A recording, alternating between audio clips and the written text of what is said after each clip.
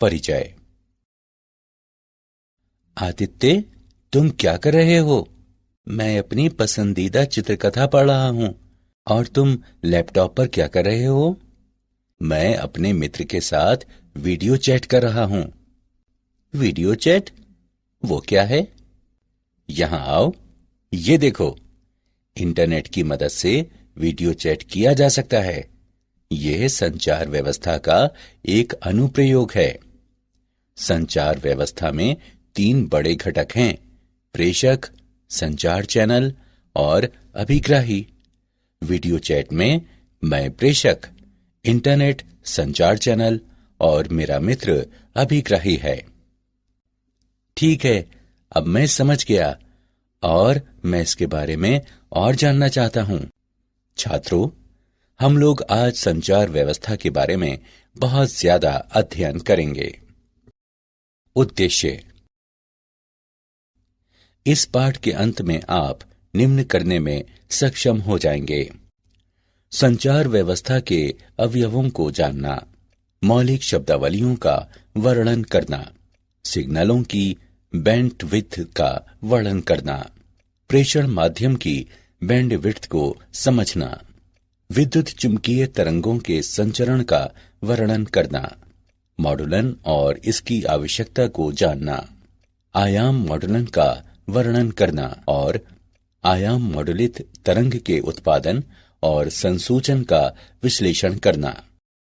संचार व्यवस्था के अवयव।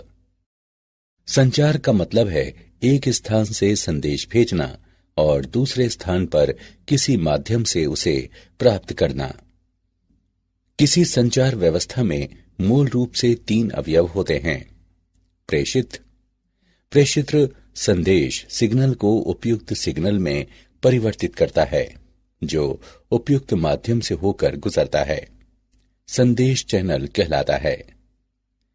संदेश चैनल यह एक माध्यम है जो संदेश को उपयुक्त सिग्नल के रूप में एक स्थान से दूसरे स्थान में ले जाता है। प्रत्येक चैनल में प्रसारण के दौरान ऊर्जा की क्षति होती है। अभिग्राही। अभिग्राही प्रेषित द्वारा तैयार उपयुक्त सिग्नल को वास्तविक संदेश में परिवर्तित करता है। अभिग्राही प्रेषण क्षति के लिए सिग्नल के प्रवर्धन सहित संचालन का प्रतिफल है। अभिग्राही प्रेषण हानि के लिए क्षतिपूर्ति कर सिग्नल के प्रवर्धन सहित इसका संचालन प्रेषित्र द्वारा विपरीत सिग्नल प्रक्रिया के लिए विमॉडुलन और कूटानुवाद करता है। संचार व्यवस्था के 2 मूल ढंग हैं: बिंदु से बिंदु तक। एक एकल प्रेषित्र तथा एक अभिग्राही के बीच के संयोजन से होकर संचार होता है। प्रसारण। किसी एकल प्रेषित्र से बहुत से अभिग्राही के संयोजन के लिए संचार होता है। मूल शब्दावलियां। ट्रांसड्यूसर। ट्रांसड्यूसर एक यंत्र है जो ऊर्जा को एक स्वरूप से दूसरे स्वरूप में परिवर्तित करता है। संचार व्यवस्था में आमतौर पर प्रेषित्र के निर्गत वाक पर विद्युतीय सिग्नल में संदेश सिग्नल के अनुरूप परिवर्तन और फिर अभिग्राही के निर्गत वाक विद्युत सिग्नल से संदेश सिग्नल में रूपांतरण की मांग रहती है। सिग्नल प्रेषण के लिए विद्युतीय या प्रकाश की स्वरूप में से जिसमें भी उपयुक्त हो सूचना का रूपांतरण सिग्नल कहलाता है। सिग्नल अनुरूप अथवा अंकीय हो सकते हैं। रव वो अवांछनीय सिग्नल जो संचार व्यवस्था में प्रेषण तथा संदेश के अभिग्रहण सिग्नल में विक्षोभ का प्रयास करते हैं, रव कहलाते हैं। क्षीणता किसी माध्यम से संचरण के समय सिग्नल की प्रबलता में क्षति को क्षीणता कहते हैं। प्रवर्धन किसी इलेक्ट्रॉनिक परिपथ के उपयोग द्वारा सिग्नल की क्षमता बढ़ाने वाली प्रक्रिया प्रवर्धन कहलाती है। संचार चैनल में क्षीणता के कारण होने वाले क्षय की क्षतिपूर्ति के लिए प्रवर्धन आवश्यक है। परास यह स्रोत तथा लक्ष्य के बीच की वो अधिकतम दूरी है जहां तक सिग्नल को उसकी पर्याप्त प्रबलता से प्राप्त किया जाता है। बैंडविड्थ या बैंड चौड़ाई। बैंड चौड़ाई से हमारा तात्पर्य उस आवृत्ति परास से है जिस पर कोई उपकरण प्रचालित होता है अथवा स्पेक्ट्रम के उस भाग से होता है जिसमें सिग्नल की सभी आवृत्तियां विद्यमान हैं। पुनरावर्तक। पुनरावर्तक अभिग्राही तथा प्रेषित का संयोजन होता है। पुनरावर्तकों का उपयोग किसी संचार चैनल के परास को विस्तारित करने के लिए किया जाता है। सिग्नल की बैंड चौड़ाई। बैंड चौड़ाई आवृत्तियों का परास है जो आवाज की सूचना को ले जाता है। शून्य बैंड चौड़ाई के सिग्नल की सूचना शून्य होती है। अधिक सूचना के सिग्नल के लिए अधिक बैंड चौड़ाई की जरूरत होती है। एक सिग्नल की बैंड चौड़ाई b है जिसमें आवृत्तियों का परास है।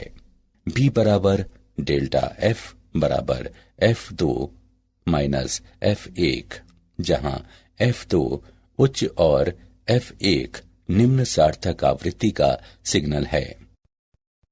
उदाहरण के लिए दूरभाषवाणी सिग्नल की बैंड चौड़ाई जहां b बराबर 3 किलोहर्ट्ज, f2 बराबर 3 किलोहर्ट्ज और f1 बराबर 0 है।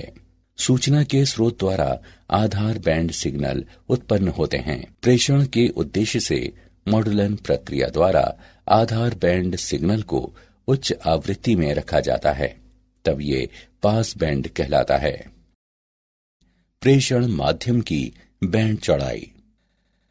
प्रेषण चैनल 3 प्रकार के होते हैं। तार। व्यापक रूप से इस्तेमाल किया हुआ तार माध्यम समाक्षीय केबल है। समाक्षीय की बैंड चौड़ाई लगभग 750 मेगाहर्ट्ज है।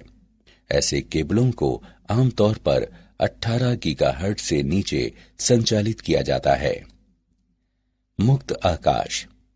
मुक्त आकाश प्रेषण माध्यम व्यापक परिसर की आवृत्तियों कुछ किलोहर्ट्ज से कुछ गीगाहर्ट्ज पर रेडियो तरंगों को संचारित करता है।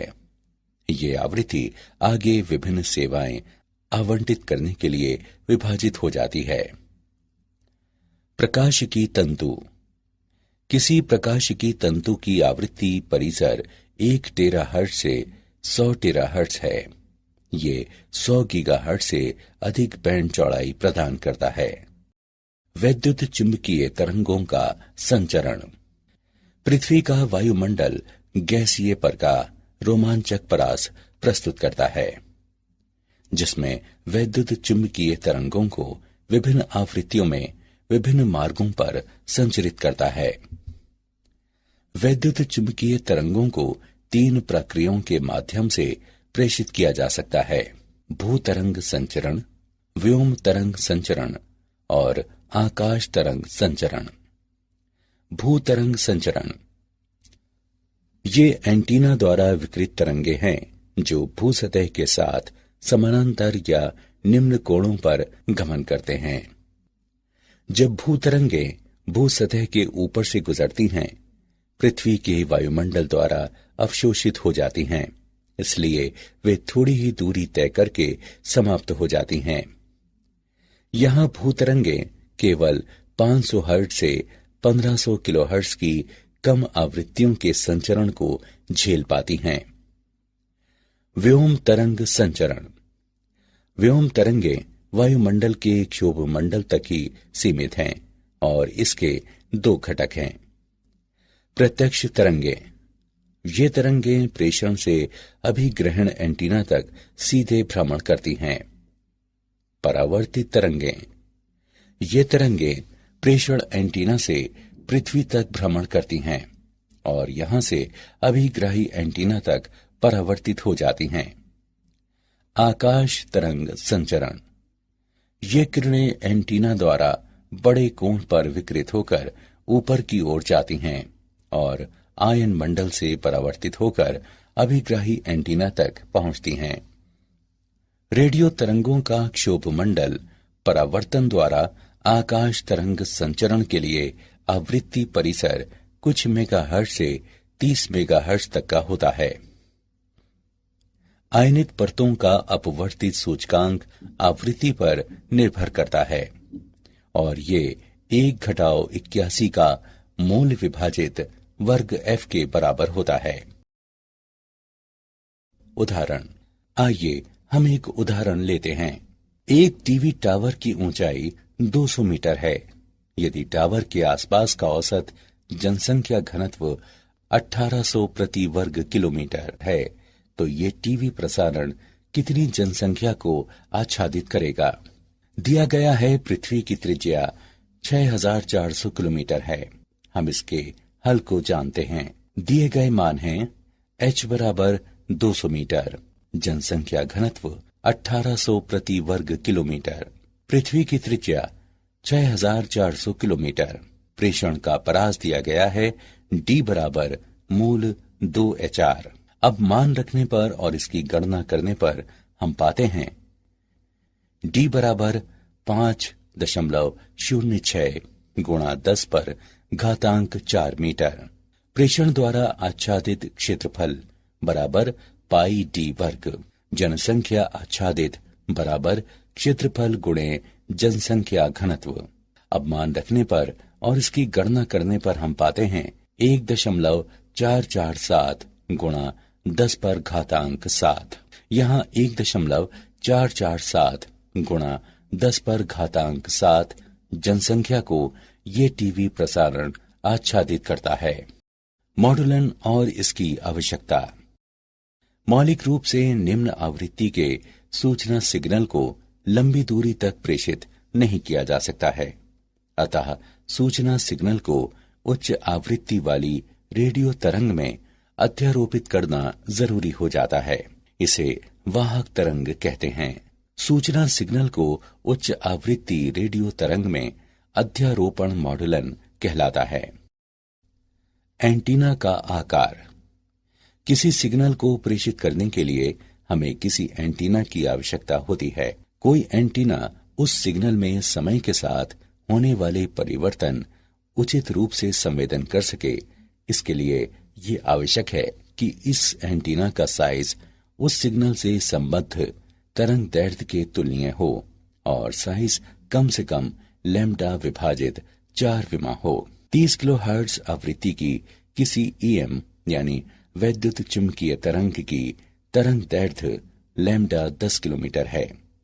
स्पष्ट है कि इस लंबाई के तुलनीय साइज का एंटीना निर्मित करना तथा प्रचालित करना संभव नहीं है। अतः हमारे न्यून आवृत्ति आधार बैंड सिग्नल में निहित सूचना को किसी उच्च रेडियो आवृत्तियों में प्रेषण से पूर्व रूपांतरित करने की आवश्यकता होती है। एंटीना द्वारा शक्ति विकिरण। विकिरित शक्ति L विभाजित लैम्ब्डा का वर्ग है। ये प्रदर्शित करता है कि समान लंबाई के एंटीना के लिए आवृत्ति बढ़ने के साथ विकिरित शक्ति भी बढ़ती है। अतः किसी लंबी तरंग दैर्ध्य के आधार बैंड सिग्नल द्वारा प्रभावी शक्ति विकिरण कम होती है। अतः किसी अच्छे प्रेषण के लिए हमें उच्च शक्ति चाहिए और इसीलिए ये तथ्य दिया गया है। हमें प्रेषण के लिए उच्च आवृत्ति के उपयोग की आवश्यकता को दर्शाता है। विभिन्न प्रेषित्रों से प्राप्त सिग्नलों का मिश्रण। यदि कई प्रेषित्र एक साथ आधार बैंड सिग्नलों का प्रेषण करते हैं तो उन्हें अलग करना मुश्किल हो जाता है। अतः प्रेषण से पहले मूल निम्न आवृत्ति आधार बैंड सिग्नल को उच्च आवृत्ति तरंग में रूपांतरित करने की आवश्यकता होती है ताकि रूपांतरित सिग्नल में उन सभी सूचनाओं का समावेश हो जो मूल सिग्नल में समाहित थी। एक ज्या वक्रीय वाहक तरंग को इस प्रकार प्रस्तुत किया जा सकता है। CT बराबर AC साइन ओमेगा CT जमा 5। मॉडुलन के 3 प्रकार होते हैं: आयाम मॉडुलन, आवृत्ति मॉडुलन और कला मॉडुलन। मूल्यांकन। आगे बढ़ने से पहले हम देखेंगे कि आपने क्या सीखा। सही विकल्प को उठाकर उसके संगत स्थान पर रखें। आयाम मॉडुलन। हम विचार करें, वाहक तरंग और मॉडुलन तरंग निम्न द्वारा प्रस्तुत किए जाते हैं। VCT बराबर VC sine omega CT, VMT बराबर VM साइन ओमेगा MT। जब एक वाहक का मॉडुलित आयाम है, तत्क्षण मॉडुलन वोल्टेज VM वाहक आयाम VC पर आरोपित होता है। जब मॉडुलन वर्तमान रहता है, तब वाहक का आयाम इसके तत्क्षण मान पर निर्भर करता है। आयामित वाहक तरंग दिया हुआ है, VC plus VM sine omega MT गुणे ओमेगा CT। इसे इस प्रकार से लिखा जा सकता है, VT बराबर VC sine omega CT plus mu VC sine omega MT sine omega CT, जहां म्यू बराबर VM बटे VC मॉडुलन सूचकांक कहलाता है। उपयुक्त समीकरण को हम निम्न प्रकार से लिख सकते हैं। यहाँ FC माइनस FM नीचे की ओर बैंड आवृत्ति कहलाता है और FC प्लस FM नीचे की ओर बैंड आवृत्ति कहलाता है।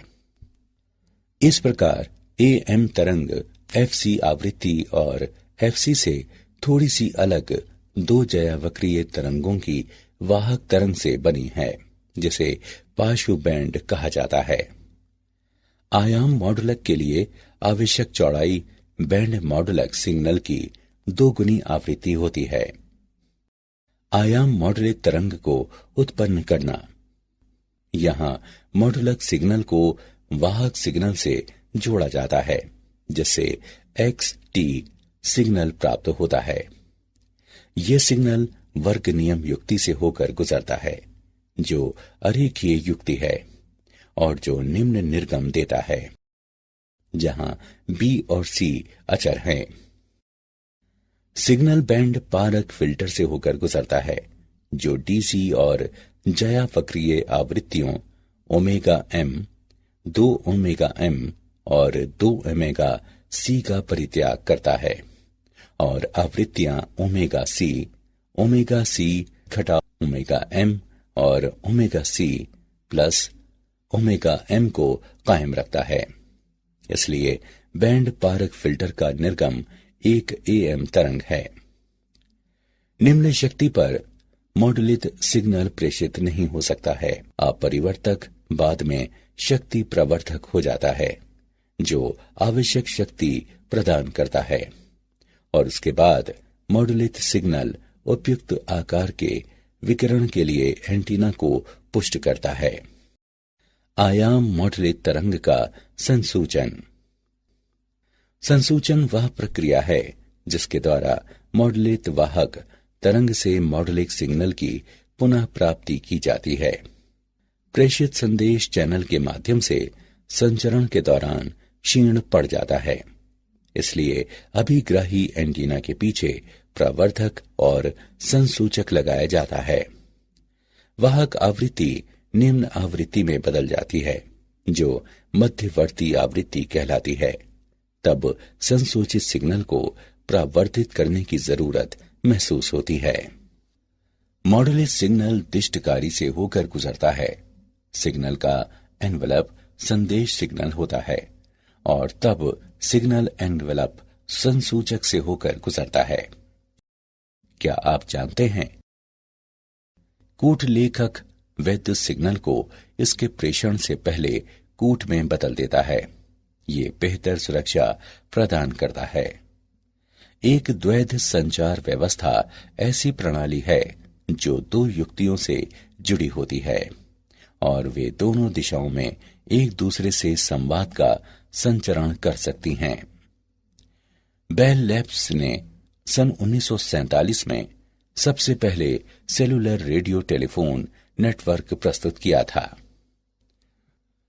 वर्ष 1994 में अमेरिकी सरकार ने इंटरनेट पर नियंत्रण किया था और संचार में गति प्रदान करने के लिए WWW की उत्पत्ति हुई थी। सारांश। आइए हमने जो कुछ सीखा है उसे संक्षेप में दोहराएं।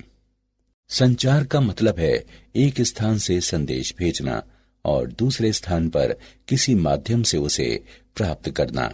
संचार चैनल एक माध्यम है जो संदेश को उपयुक्त सिग्नल के रूप में एक स्थान से दूसरे स्थान में ले जाता है। प्रत्येक चैनल में प्रसारण के दौरान ऊर्जा का नुकसान होता है। संचार के लिए वैद्युतीय या प्रकाशिकी स्वरूप जो उपयुक्त हो, उसमें सूचना को बदलने की प्रक्रिया सिग्नल कहलाती है। बैंड चौड़ाई आवृत्तियों का परास है जो वाणी की सूचना को ले जाता है। शून्य बैंड चौड़ाई के सिग्नल की सूचना शून्य होती है। ये किरणें एंटीना द्वारा बड़े कोण पर विकृत होकर ऊपर की ओर जाती हैं और आयन मंडल से परावर्तित होकर अभिग्राही एंटीना तक पहुंचती हैं।